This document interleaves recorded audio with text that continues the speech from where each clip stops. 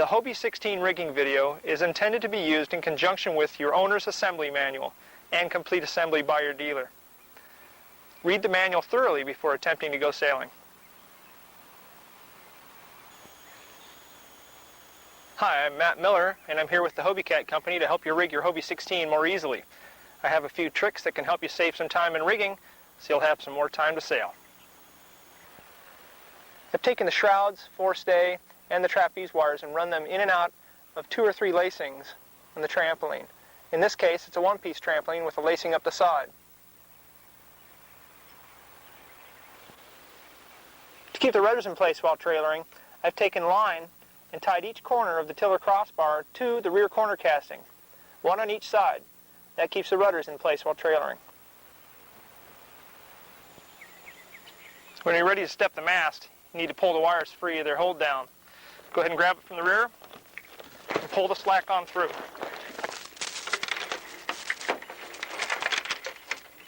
Now I need to untie the mast and move it back. Now that you've untied the mast, it's ready to walk it back. Lift the mast out of its cradle, work your way to the middle, balance it, and walk it back. If you have someone helping you that can hold up the masthead, I'm rigging by myself, so I've just laid a piece of carpet at the rear crossbar and positioned the mast such that it's ready to plug into the front mast step.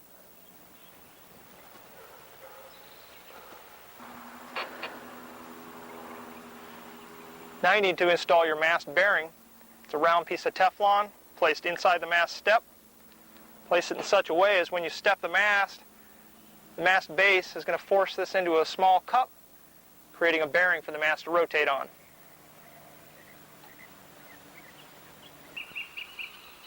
Now install the mast step link by placing the pin through the mast base. This hinge keeps the 2 pieces together while you step the mast.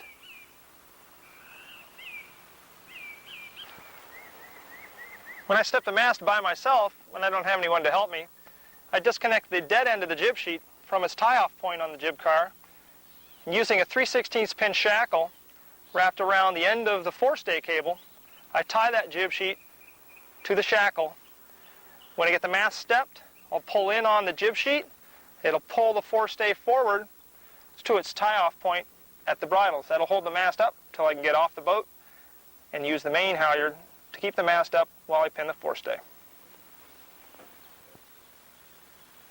I've shackled the jib clew blocks to the shackle at the bridle point in the center, just below the 10-hole adjuster.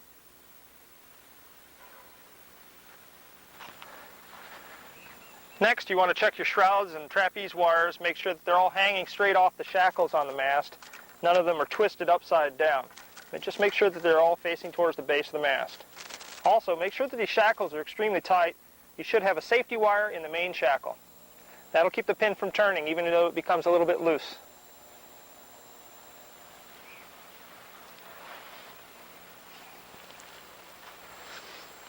Be sure that the shrouds are over the top of the trampoline, not tucked up underneath the rear crossbar. Make sure your trap wires are loose, not tied down.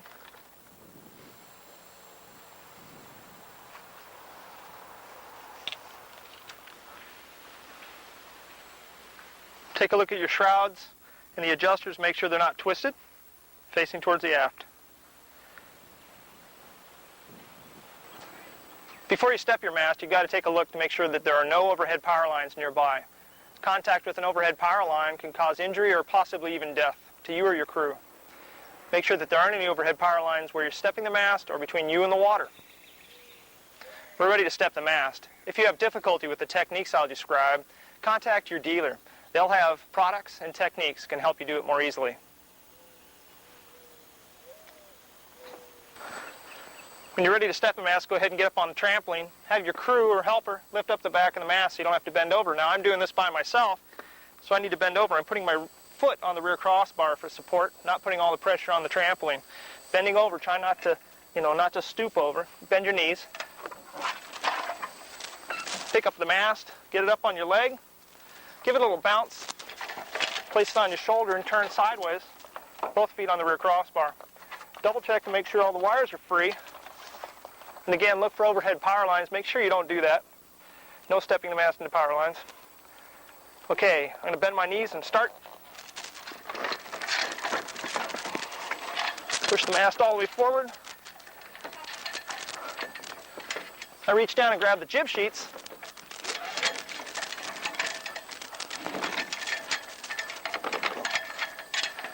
That'll hold the mast up until I'm ready to pin a forestay. Otherwise, with your crew helping you, you can hold the mast here while they pin the forestay. Now when I'm stepping the mast by myself, I take now the main halyard and shackle it to the bow tang, put tension on it to hold the mast up so that you can ease the pressure off on the jib sheets and pin the forestay. Now I can release the pressure on the halyard and remove the mast step link. Place the forestay pinned at the top hole of the 10-hole adjuster. This forestay is intended to be loose. Be sure you release the mast step link kit, as the mast is intended to rotate in sailing.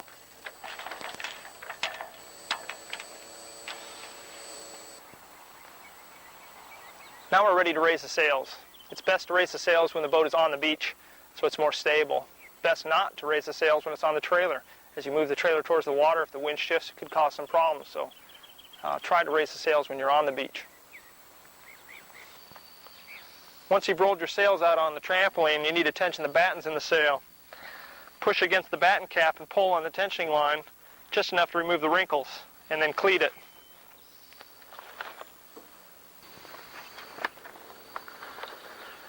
When you're cleating your batten caps, be sure you're cleating towards the direction that's dug out slightly and flattened.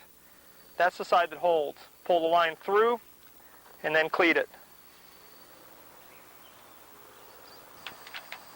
Now we're ready to raise the sails. You want to pull the mainsail right up next to the mast. Now we're going to raise the mainsail first because you don't want the jib hitting you in the back of the head while you're doing the main. So start with the main. Grab the head of the sail. Attach the main halyard shackle.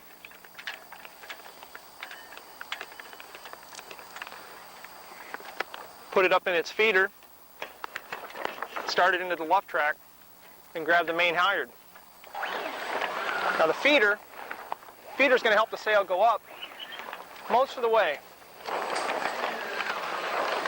Pull slowly so it doesn't get caught.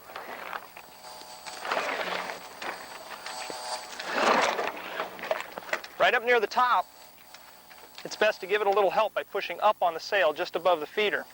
I push against the batten cap. Now that it's at the top, I'm going to pull out and away from the mast and then pull hard to get the mast cleat at the top free, pulling close to the mast again, release the tension until it locks up underneath the two-finger prong. Up at the top, there's two-finger prong. The halyard comes out away from it, let it down in close underneath it, release the pressure, and then the swedge will get caught underneath the two-finger prong. Once the sail's fully raised, I don't want to tie the halyard directly against the side of the mast, as this halyard sits out away from the mast and might catch on the jib when you tack. So I take the halyard, move it out behind the shrouds and the trapeze wires, back in against the mast. Now this is going to hold it further back in the back side of the mast. One more thing, I take it behind the downhaul cleat and then lightly tension it, just to keep it from slapping against the mast. The excess halyard you can either stow away in a pouch, or else I'm going to tuck it up underneath the jib halyard when we set that up.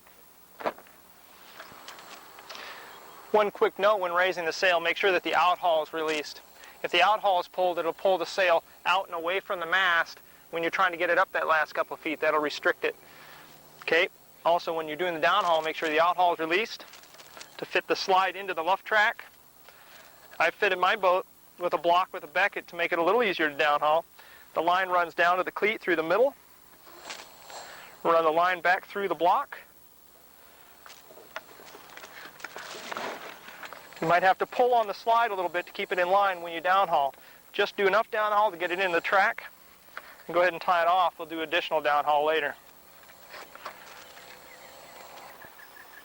Now I'm ready to run the main sheet block, so I've released it from the front of the boom, laid it down on the trampoline. Now I'm going to pin it to the traveler car, then thread the traveler system. When threading your main sheet system, Attach your main ratchet block to the traveler car.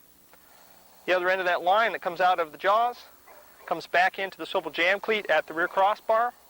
The line runs aft, back out to the traveler car, the middle of these two rollers, out the back of the traveler car, through a stainless steel eye strap at the rear, tie a figure 8 knot. You've got control over traveler position.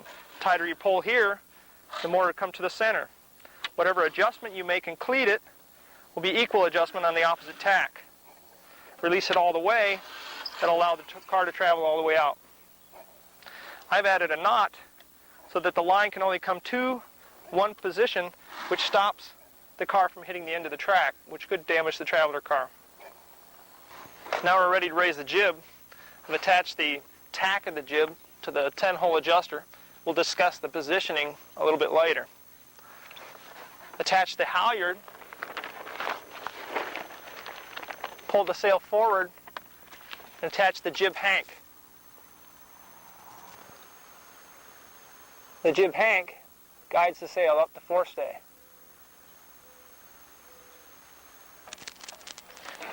Raise the jib with the halyard, reach up, pull the loop of line free of the block and becket, place it under the loop underneath the cheek block, pull tension on the halyard, place the halyard underneath the cleat. To get additional halyard, cinch it up. You want it pretty snug so the rig's not flopping around. If you get it too tight, the mast won't rotate correctly. Take the excess halyard line, place it in a pouch on the trampoline, or as I do, I place it tucked underneath the halyard itself. That'll keep it there.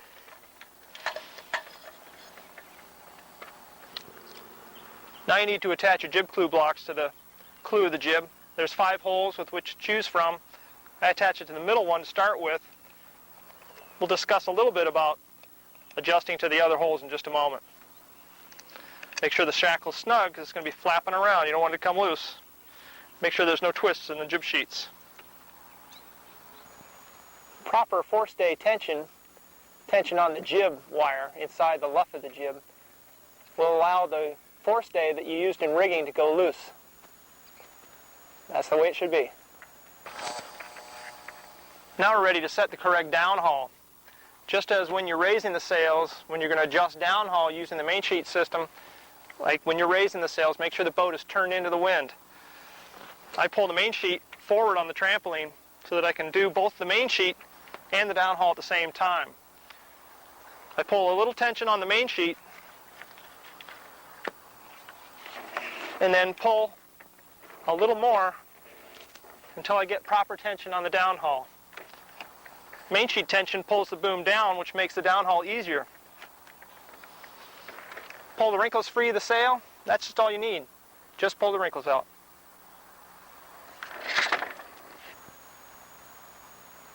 We're just about ready to go sailing.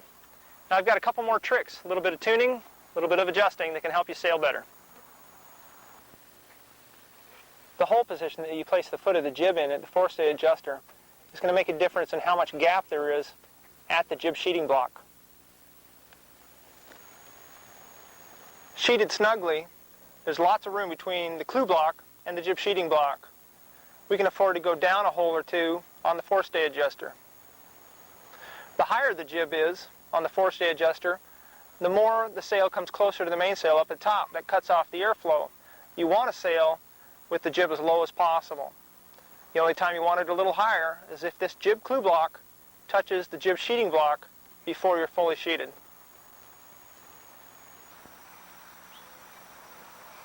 When making adjustments using the clew plate on your jib, the higher you place your blocks, the more it tensions the top of the sail by pulling down on the leech.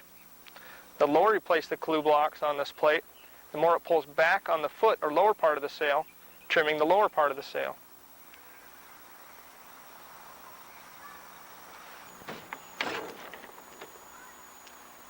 The Hobie 16 performs best with a lot of mast rake. To find out whether or not you can go for a little more mast rake than you have already, sheet in hard on your main sheet blocks. If the blocks, when fully sheeted, aren't coming close to touching, then you can adjust for a little more mast rake.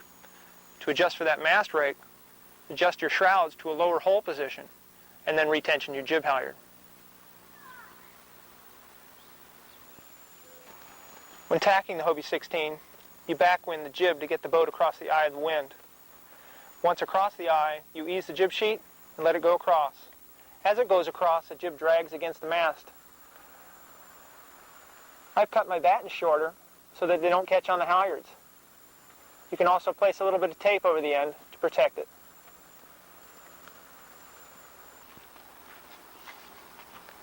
Correct rudder lockdown and rudder rake is going to make a big difference on how the boat handles. To lock the rudders down, lift the tiller arm, make the rudder come in contact with the lower part of the casting. You'll hear it clunk, then drop the tiller arm straight down. You'll hear a lock. The way the system works, you can hit the beach, it'll kick the rudder up, or you can lift the arm and then pull it forward to get the rudder in the up position. The system runs with the black plastic cam, runs on a spring-loaded plunger through the middle of the casting. This cam is actuated by a plate that can be moved fore and aft on the upper rudder casting. You attain rudder rake adjustment with a set screw in the lower rudder casting and adjusting for tension on the upper rudder plate.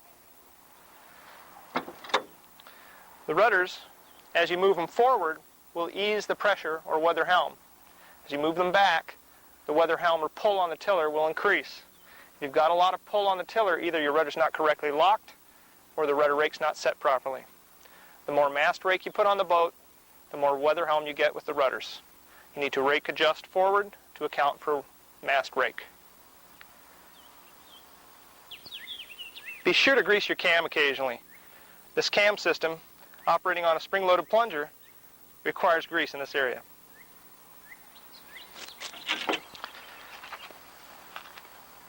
The plastic Hobiecat rudder has a slightly fatter trailing edge than just inside of this area.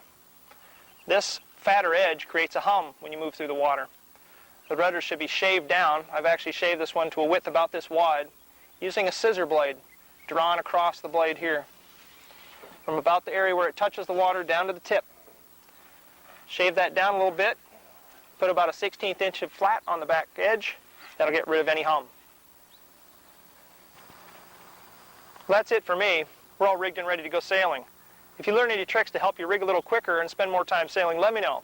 I'm always looking for ways to save a little time so I have more time to sail. Take care.